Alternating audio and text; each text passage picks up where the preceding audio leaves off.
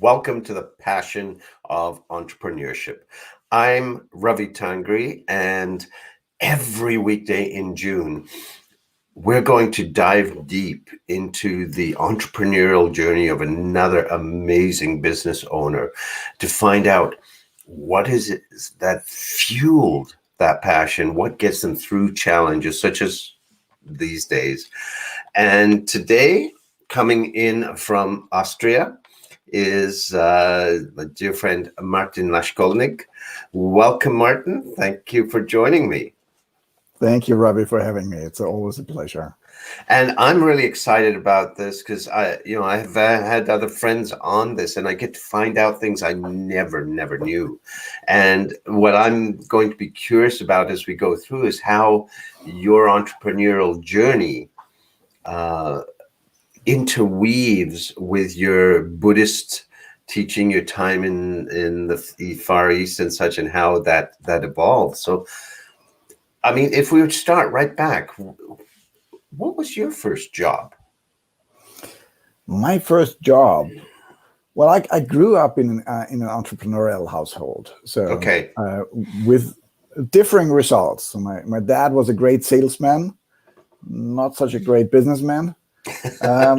So we had one of the other different kinds of companies, and so I remember when I was like 8, we had those, those machines where you were drawing on some like, it wasn't a paper, it was like some sort of like foliar, and then you had to put alcohol on the machine, and then you were pulling off the leaflets, and so I remember that totally. Yeah.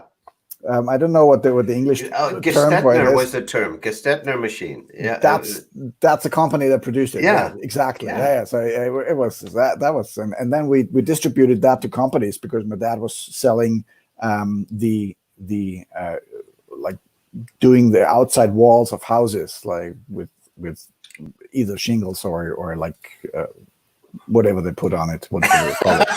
I think the shingles go on the roof. The shingles go on the roof. Yeah, but there were some at least over here there were some tiles they put on the outside, made from way back it was made from asbestos, which then turned out to be not the very best idea. So, and then when I was 18 or so, then my mom, she was the CEO for another company, a retailer of model trains and remote control cars and all things. And her boss was kind of erratic, and so at one point in time, she and 2 other co-employees at that company said, "Now, come on, enough is enough.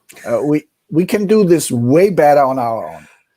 So they founded a company, and as I was just finishing my degree in business, then I was in. Yeah, so we were then, and that was actually I went to study in India then, but whenever I came back to Europe, then I had a place to work, and I was involved in running that business, and took it over eventually myself until we sold it in 2007. So you really were raised in that entrepreneurial environment on both sides.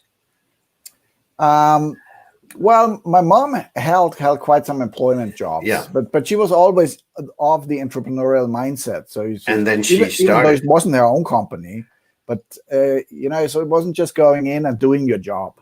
Yes, but it was really seeing the opportunities and assessing what needs to be done, what would really be beneficial, getting new ideas, doing stuff that really then brought in new customers, maybe even reach new areas of society that you actually want to address, to where there's an opportunity to do something. And I think this is something that really has influenced me quite a bit. So you said that at this time you were traveling to the Far East, you were studying Buddhism and such, right? And for many people, it would seem that being an entrepreneur and the striving for business and the growth and all of that is at the opposite end of the spectrum from spirituality and Zen and so on. I think that I'm just saying the general public perception would be that they are often diametrically opposed. How did you navigate that and find the bridges for you? Well, that's a very good question. But there, just for anybody who holds that notion that you can't be quote unquote spiritual and do business at the same time, there's a brilliant book by Geshe Michael Roach, The Diamond Cutter. And there's a beautiful cartoon that says where the disciple sits with the master, and the master says, okay, before you can attain enlightenment, you have one more task to do. Spend Halloween with your family. And that's pretty similar to go run your business, because it's easy to be serene and calm when you sit in your cave and some or in a monastery and some well-meaning people give you food and that's very easy. Mm-hmm. That's shutting yourself off from the world, right? But then going right into the world. Right? Another great Buddhist master was Bernie Glassman from New York, and he was doing sit-ins in the Bronx, right in the middle of everything. And that is because if you sit somewhere well sheltered and protected, it's easy to be calm and to be watching your mind, what's going on. Yes. But when you get into the midst of everything, when you get into where the action is really happening, and business is about action, is about stuff happening, is about challenges, and for sure, heaven knows, I have spent more than one night sleepless, not knowing how to pay the bills or how to make the stuff work, and I mean those days are luckily past, but this is the reality of entrepreneurship. Yes. But then on the other hand, when you get to create your own process, when you get to learn how to make things work, and then you achieve them, and then you make them work, this is priceless. This is amazing, and you get, and then again watching your mind going in overdrive and say, "Oh wow, I did this, and hooray, and I'm the king of the universe." Really? Are you? Said life. Yes. And so it throws you another curveball then. Yeah. So it's the thing is, do all the stuff, enjoy it, and as one of my teachers said, if you can earn the money, do not earn it. But what are you using it for afterwards? Well, yeah, that's what you're saying. In some ways, it reminds me of Michael Singer. And many people know of his book, The Untethered Soul. What I truly enjoy is The Surrender Experiment, which chronicles all he was a hippie, and he just wanted to go meditate in the woods. And then he learned that if he just did something and started following his intuition, like you said, experience brought him deeper, life experience brought him deeper spiritual experience than just sitting by the lake. Yeah. And so he just started, he wanted to build a hut, and one of his friends said, "I'll come help you," and then built this huge thing, all glass and all in the woods. He happened to have some land, and then he didn't say, "I didn't want this, I just wanted a hut," right? But he said, yes, that's what, and then he wound up building the spiritual center, which he never wanted to do, but he just said yes. He built a carpentry business. And then wound up building this $1 billion tech company. He said, "I never wanted to do any of that, but the universe brought it," and he learned to say yes. And it was that life experience that brought much greater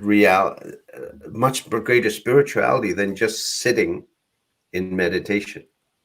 Absolutely. I love the book, The Surrender Experiment. It was one of the highlights, I think 3 or 4 years ago when I read it, because I was just exactly in that phase of surrender, in that phase of, okay, I don't really freaking have a clue what's going on and how to deal with all this and so on.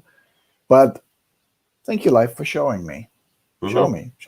Yeah, and I'm ready. And the thing is, it's easy to surrender to life when everything goes well. The challenge is when everything goes according to plan, when the ego gets what it wants. Oh, and we're having success and the things are working out and so on. But are you also accepting life when things are not going according to plan? Right. What are you thinking and saying, okay, are you staying stubborn and try to push your will through, or are you yielding, and are you taking a step back and say, okay, something's not working right now? And Yes. I think we in our society, we are so the impression on our on our societal pattern is so much. You have to persevere, you have to push through, you have to be successful, you have to hustle, force your way through. Exactly. Where there's a will, there's a way. Oh Lord, help us all. Exactly. This is one of my pet peeves. You just have to want it. Yes. So, yeah, sure. If you want to have it hard, but the funny thing is, I've additionally to Buddhism, you know that I've dabbled into some of the energy psychology techniques and so on, to release stress and to really get to your core. And one sentence that really is so true, I find personally for me, is that, do you want to be right or do you want to be happy? Yes. And I ask that in my speeches, and of course, like 90% of hands go up when I ask, do you want to be happy? And that's a lie. That's not what the behavior shows. Yeah, absolutely not. Yeah. Mm-hmm. And when you say, do you want to be right and happy, then 100% of the hands go up. Yeah? But what if you can't be right? And I define right as you're either in love, appreciation, gratitude, or joy. And from that results inner peace, accepting what is. And another really lovely quote from Byron Katie is, you're most welcome to argue with reality. Reality only wins 100% of the time. I love it. Yes. And that's so true. And we are sitting there, and no, this is not fair, and it can't be. And no. Or, I know I'm right. Why are you doing it that way? Yeah, exactly. Yeah. Exactly. And that is, yeah. So you, just going back to your entrepreneurial journey, you took over that family business, and then you said you sold that, but you've built other businesses since that time. So this really has become your passion, your life. I'm sort of a serial, not killer, but entrepreneur. Yes. But killed myself on the way almost, because when I got, this is about saying yes to life again. So when I studied in India, I met this girl from Poland. We fell in love. She came to Austria. Then we were looking, okay, what can you do here? And the need in a German language country for Polish English translations were not really so predominant. Let's put it this way. So it was like, okay, hello, what can you do? And I mean, she is a highly intelligent, qualified woman. And should she go clean stuff, or just because her teacher degree wasn't accepted in Austria because it was different university systems and stuff? And then we came across a system called Hellendoron English, which is a multinational franchise. Meanwhile, and they teach English to children as a secondary language in a mother tongue approach. And she went and did the training and came back home and was totally excited. And this is amazing. This is how language should be taught. And my kids have grown up with this, and they are bilingual. And it was so funny. Like, my daughter is now 16. When she was 12, she got in school French as a subject, and she was, I would have almost said bitching, but let's say complaining. Why do I have to learn vocabulary? I have never learned a single word of vocabulary in my life. And she speaks 3 languages fluently, right? So there are other ways. And then in 2001, we had the opportunity for Monica to go from a teacher to become the master franchisor of Austria. And so I ran our business and I ran the financial side of that business. So I went in 9 a.m. We opened the store. 6 p.m. we closed it. I went over to the other office, worked until 12 midnight. We went home, go to bed. Next day, the same routine again. This is when you are, and we were really passionate about this. We had a purpose. We were revolutionizing the educational system. Right. And I think this is something that's really, really important if you want to be an entrepreneur. Don't bother with something that is nice. Well, that's what I heard from you, is that, you were looking, you didn't just do something. You waited until she found that passion. And then you said yes. And then we said yes. And this is what I really would advise anyone. I was not really so passionate about the model train business. Mm-hmm. So that was handed down to me from the family. Yeah, it was sort of fun. And then I have a little bit of a nerdy side. And so the technologies and then all the computer stuff came in and controlling those trains and so on.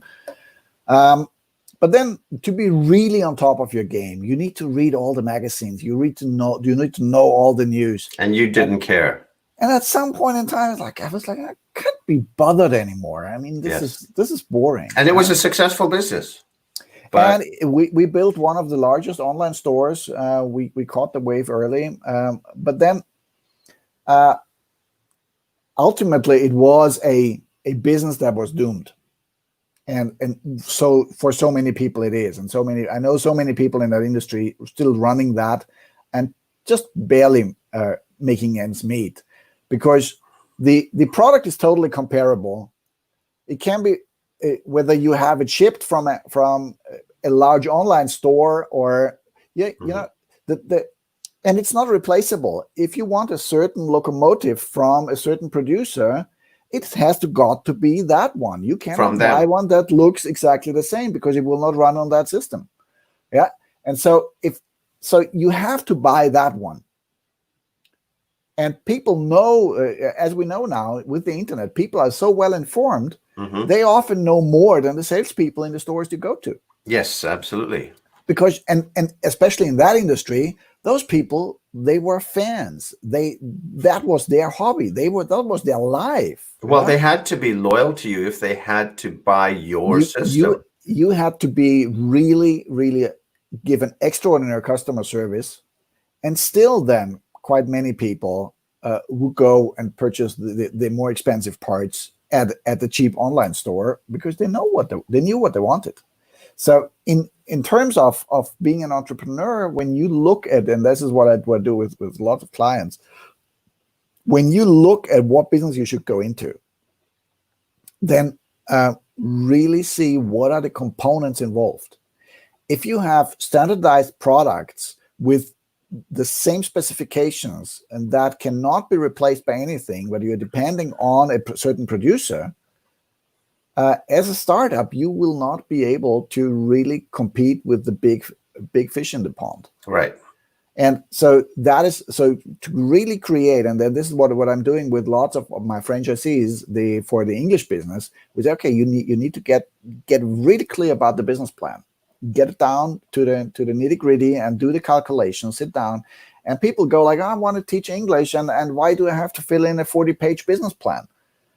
Well, because that business plan, you don't do it for us, you do it for yourself. You just see whether you fulfill the qualifications that if you have the passion for this, if you have the business acumen and understanding to make this work. And so it's a just passion alone isn't enough. And just business knowledge alone is not enough. But when you unite those two, then it becomes really strong and solid. Yes. And then you can make something really great out of it. And just one more thought on this, because we have this huge startup culture, Where it's Yes. all about grow fast and grow big. And well, if you are the best carpenter in the world and you love to carpent furniture, or you are a specialist doing carvings for wooden windows in churches, then do that. Make a living out of it and be happy. You don't have to create a 10,000 people enterprise. Right. Find what is right for you and not for what society thinks. And if you then, in that sense, live your passion, you will live a fulfilled life and you won't have to work. Yes. Now, I totally get what you're saying about the passion and the business coming together. The thing is, to add in what we were talking about before, you and I, and I find it really interesting that you said you started that same path of singers about 4 years ago, because it's very similar to me, because we started doing a lot of lives around that point too. I remember on these topics. And what that basically path is when it's not about having a plan. It's about, knowing perhaps where the direction you want to go. And then when the universe brings something to you, you say yes. So how does that fit with, in that perhaps there's a plan, but it's something you're not aware of. But, how does that fit? You say passion and business sense together, but saying yes to and listening to intuition is very different from here's my business plan. These are my the focal points for each of the quarters of this year, and these are the actions I'm going to do, versus looking and such as I was saying, this series of interviews. Honestly, it's probably pretty nuts to, in a week's notice, to have committed to a month's worth of lives and finding the interviews. But I had a strong intuition this was important, so I said yes. Right. So how do those marry now, the business plan versus the saying yes and listening to intuition? Yeah, I have to add for this, I have a background in economics and controlling. And so I was the master of plan A, B, C, D, E, and down the alphabet until life finally showed me, the question is, the flow of life will take you along. This is a given. This is not a question. The question is, from when on will you go voluntarily? Does it need a gentle nudge? Hey, here's a nice idea. A question: how do we know where our thoughts come from? Is it who plants them in our brain? Or so good question. So is it enough to have just an idea and a strong feeling? Oh wow, this really feels right. It's against anything that I did in the past, but I think the time is right to change. Or do you need to have a crisis in order to pay attention? Or are you still not paying attention, and then you need a bigger crisis, and then you are finally paying attention? Or does life need to take you, grab you by your shirt, pin you against the wall, and say, okay, now try to control? Yeah, maybe like a pandemic. Like a pandemic, I don't know, you go bankrupt, you have a separation, nasty divorce, severe sickness, whatever it is. But rest assured, life will get your attention. Yes. At one point or another. And the interesting thing is when people look back at that point of crisis, and they say, this is where everything changed. This is where I started questioning everything. And the thing that I learned, and I was exactly the same, but the thing that I learned is, okay, does it have to be that hard? Or what would happen if I paid attention a little bit earlier? It's like with this pandemic really is a beautiful example. The exponential growth of cases. So just first it's really slow, nothing much happening, and then whoosh, suddenly it takes off. And then it really makes a difference do you call the lockdown 3 days earlier or 3 days later? Totally. It can make difference of thousands of lives, thousands tens of thousands. Exactly. Yeah. So this is a really good analogy, a really good metaphor for, are you paying attention to what life actually wants from you? So in that way, even attention, even before the data might suggest taking action, that there may be something intuitively say, you get a feeling, a nudge saying, this is important. Absolutely. I think so. And of course, know your metrics, know the data, have the processes in place that you're always on top of your numbers. You know what's going on. Okay, this is not Mr. Control in me. But this is really useful. I mean, their metrics are there for a reason. Yes. That's good. But also, on the other hand, be attentive to what is coming from inside. What is the ongoing nudge that you're getting, the creepy feeling that you're having? Or, I had some of my best ideas inside the shower. When you're busy, you're doing something, so monkey mind up here stops chattering, and suddenly this little voice from inside, from your gut, from your heart, wherever you want to locate it, is coming up and whispering into your ear, what about this? And I go, oh, this is actually exactly the solution to the problem that I was looking for.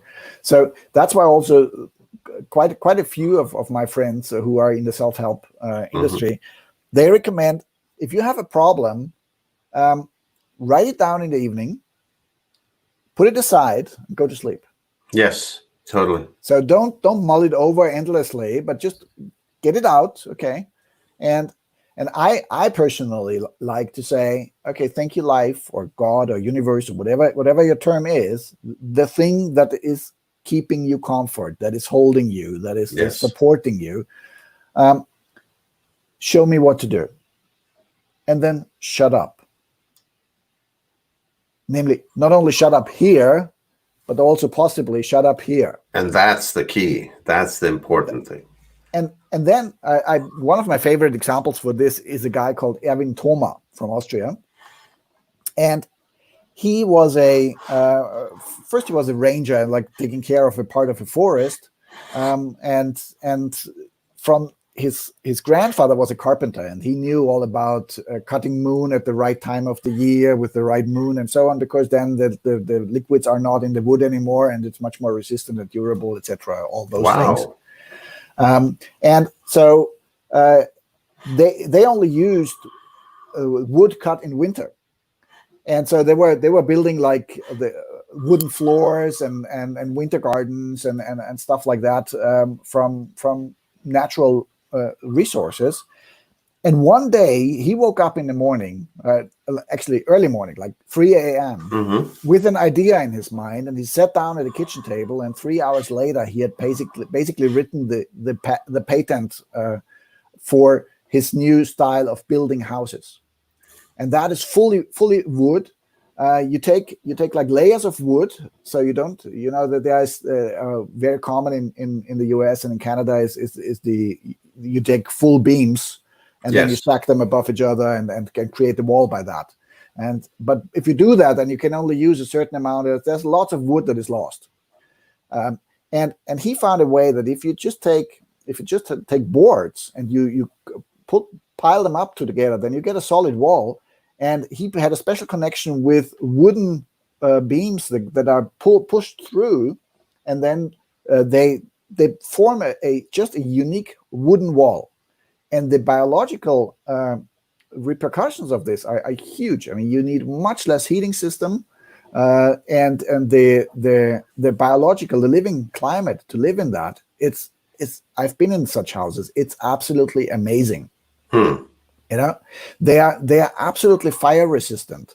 They did a test at a fire brigade, and they put 1,000-degree flame. That's Celsius, not Fahrenheit. Yeah, so 1,000-degree Celsius flame on one side, and after half hour, it's like 38 centimeters. What would that be? A little over a foot. little over a foot, so a solid wall, but they put a 1,000-degree flame on it. On the other side, it warmed up by 4 degrees after half an hour. Okay. So the qualities of this is absolutely amazing. It's a little bit more expensive, not much more than a regular built brick and mortar house. But the quality and the earthquake resistance and so on, this is absolutely brilliant. And so this came to him. This came to him. He woke up. He dreamt basically the patent proposal, which is what happened to Einstein for all his discoveries. I would say for possibly Yeah. many people who have great ideas, they don't have them in 6-hour-long board meetings. God, you're just bored. Yes. Yeah. So, and the other thing then is he had the tenacity to believe in what was given to him, and the endurance to really see it through, to try out what really works best, to refine it, to make it a viable business model, and to carry it out and bring it out into the world. That's where you then need to be persistent. Then when you need to even maybe exert your willpower and say, okay, I know what I'm doing here. I know that this is good, and we are refining it and finding the way how to make it happen. But that's once you've got the inspiration. Bingo. Yes. There you go. So what the other thing we've touched on it, Martin, is I'd like to find out where else you have found in your career that your Buddhist studies and practices have really connected up with your business practices. How have they connected, built on each other, supported each other, and moved forward together? Where have you seen, if you can share a couple of cases where you found that your practice actually was brought, as we said near the beginning, into real life, and it's shifted things, opened doors for you?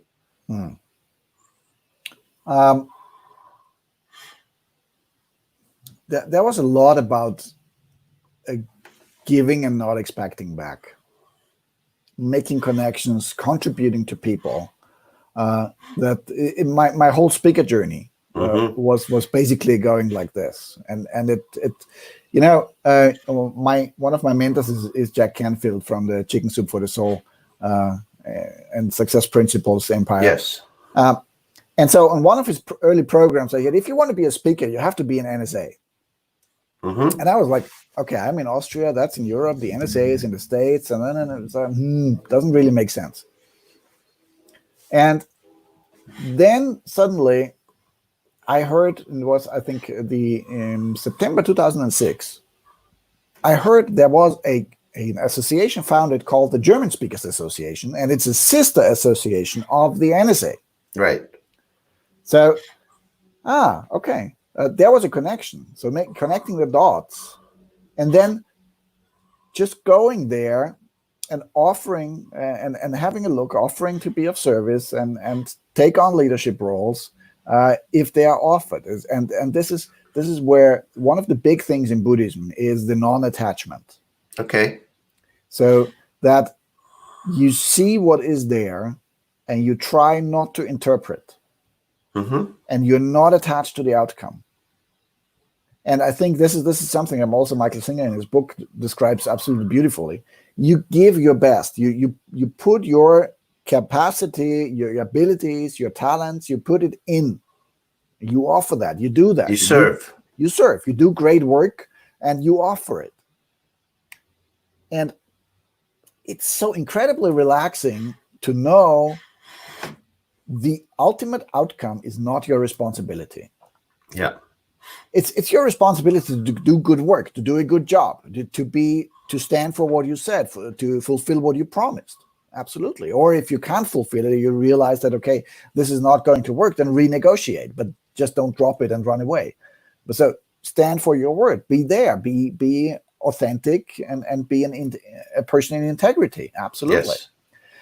But then this idea that therefore I need to deserve something back, something has to come back to me.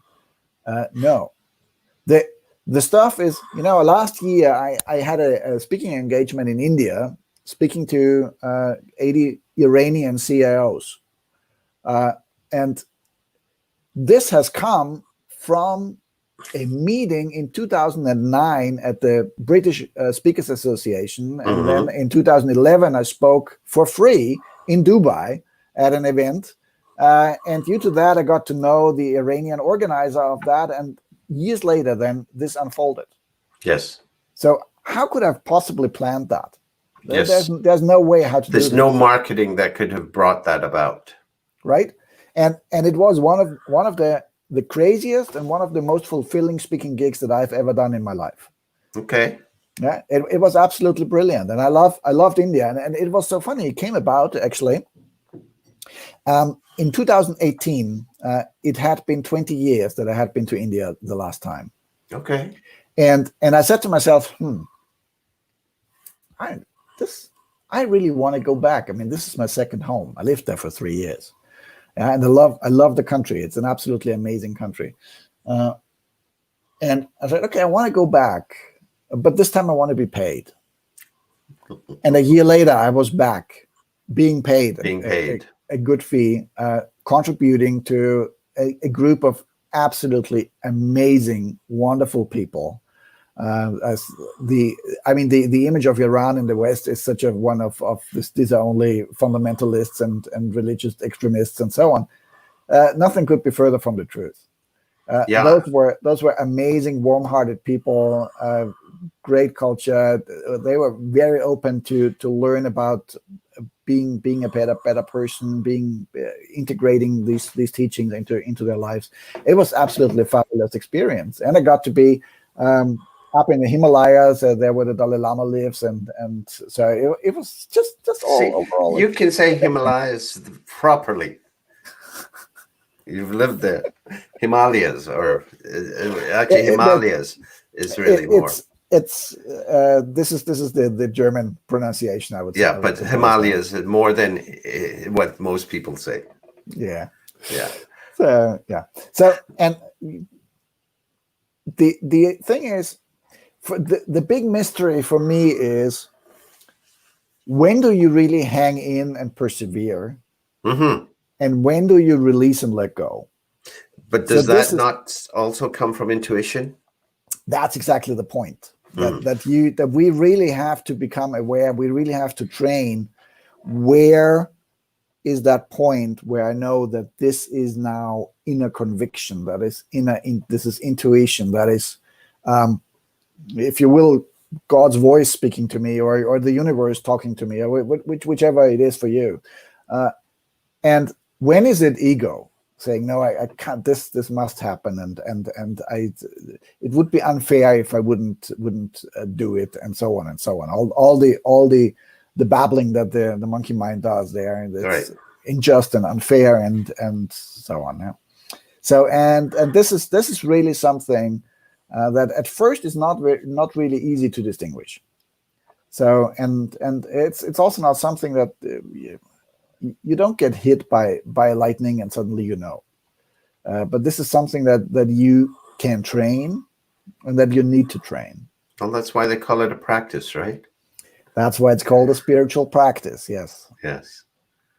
So, Martin, now in these times, there's a lot of challenges for people. There's a lot of entrepreneurs who have had to stop their business, don't see how they can do business anymore moving forward. What advice would you give someone who's in that place now, who's going, I just don't know how to go forward, and they're feeling the stress of all that? Okay. Can I be blunt? Please. When you see shit, call it shit. Some situations are difficult, full stop. And some situations seem hopeless, full stop. Acknowledge that. Say, okay, this is a dead horse, then get off.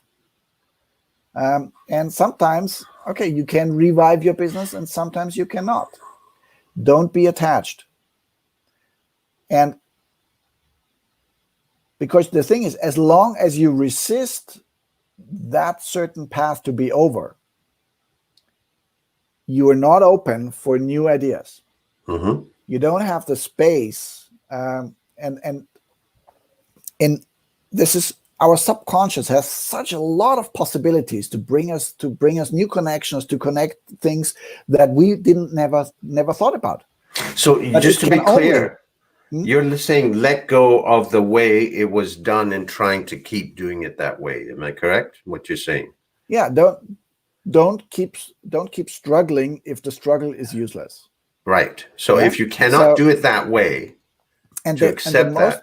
exactly, yeah, and the most important is stop resisting that it's over. Hmm. Yeah, the resistance. There's this beautiful saying: "What you resist persists." But when you are in resistance, you're actually binding so much of your mental and intuitional capacity that you don't have a space. You don't have to create space to create or to integrate new ideas, to see new pathways, to form a new idea, to have this magical aha moment where you're like, oh yeah, that's a good idea. I could do that. Yeah. So as soon and as they say, how do you want to catch something new when you still have both hands full? Right. You And cannot. it's more than full because it's not just the old way. You're still also carrying all the stress and the fear. And you're not only holding it, you're holding tight. You're all tensed up. And when I know something about creativity and intuition, Yes. it does not come when you are tensed up. It does not. You cannot force it. This is first, No. you have to let go, and then new ideas can come in. Then you and the I love this. I love this idea of interrupting a pattern. So if you feel it's all overwhelmed, it's all stress, it's all so bad, and I have to work so hard and so on, okay, what can you do? And even if it's only an hour, to cut the cord, retreat, go out into nature, have an ice cream or whatever, just something that takes your mind off the problem. Right. Because as long as your mind is on the problem, you will stay on the problem, and the problem will persist. You cannot create a solution from the problem. The problem can only inform you, and then you can bring in other aspects of the whole thing. That's divergent thinking. That if something here or there changes, then suddenly you can come up, oh, if I twist it this way or do that way, you know. But for this, you have to become playful. For this, you have to become, Yes. you have to accept errors. You have to say, okay, well, this way doesn't work. Okay, but if you twist it that way, then maybe. Now I see. Okay, okay, good. This works. Okay, let's go a little bit further this direction and see whether it works. So there's a lot of try and error. But if you don't give yourself the permission to err, your tries will not go anywhere. Right. If you beat yourself up every time it doesn't work, you And are. and you are not creative. You're not receptive when you are in an energy of frustration, of depression, of despair. But creative ideas come when you lift your vibration to a vibration of when you suddenly become hopeful or playful, yeah, joyful, because this suddenly opens up. And we know from psychology that when we are in this tunnel mode, we don't see left and right. Mm-hmm. And you can come across the most brilliant opportunity and you will not see it. Right. You know, and for that we need to let go, to loosen up, literally loosen up your vision, loosen up the tunnel, to broaden your vision, and just suddenly take in, okay, there's an, oh, I've never seen that store there before. Okay, maybe I should talk to them. Maybe they would like my products. And pay attention to the little nudges that you get. Yes. Because if you don't listen to them, the problem is anyway there. It won't go away. Right? Totally. Thank you. My absolute pleasure. Thank you so much for your time in this and for sharing your journey. Can you let people know if they're wanting to get a hold of you or to find out more, where are the best places to connect with you?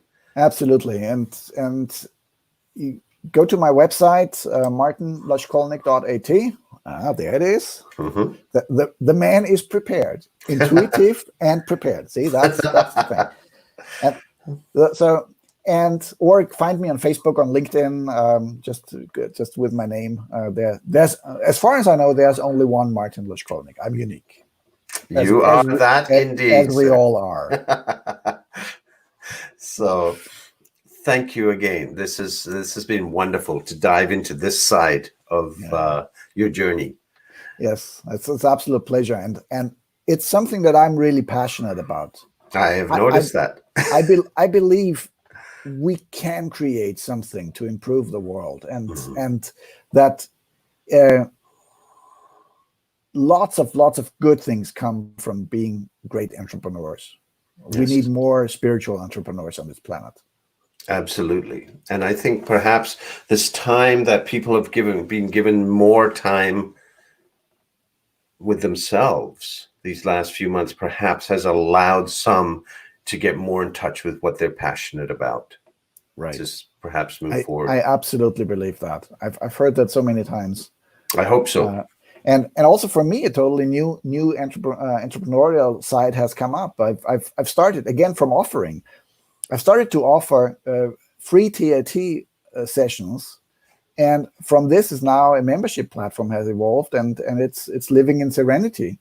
And so we're rolling it out now in German. But the testimonials that I've now gotten from the first participants, they are actually outworldly. I mean, this is it's totally, wonderful, totally crazy. Yeah. So again, there's servings and a need. Yeah, it is. So once again, folks, every weekday in June, I'm going to be bringing you another incredible entrepreneur like Martin.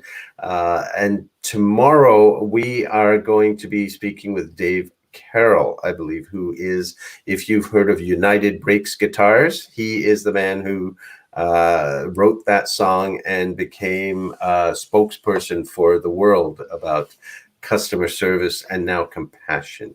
So we're going to be exploring from his musical roots to all the new ventures that he has undertaken, his entire entrepreneurial journey tomorrow. Thank you for joining us. Thank you, Martin. And we shall see you all tomorrow. We'll talk with you soon. Bye-bye. Thank you all. Bye.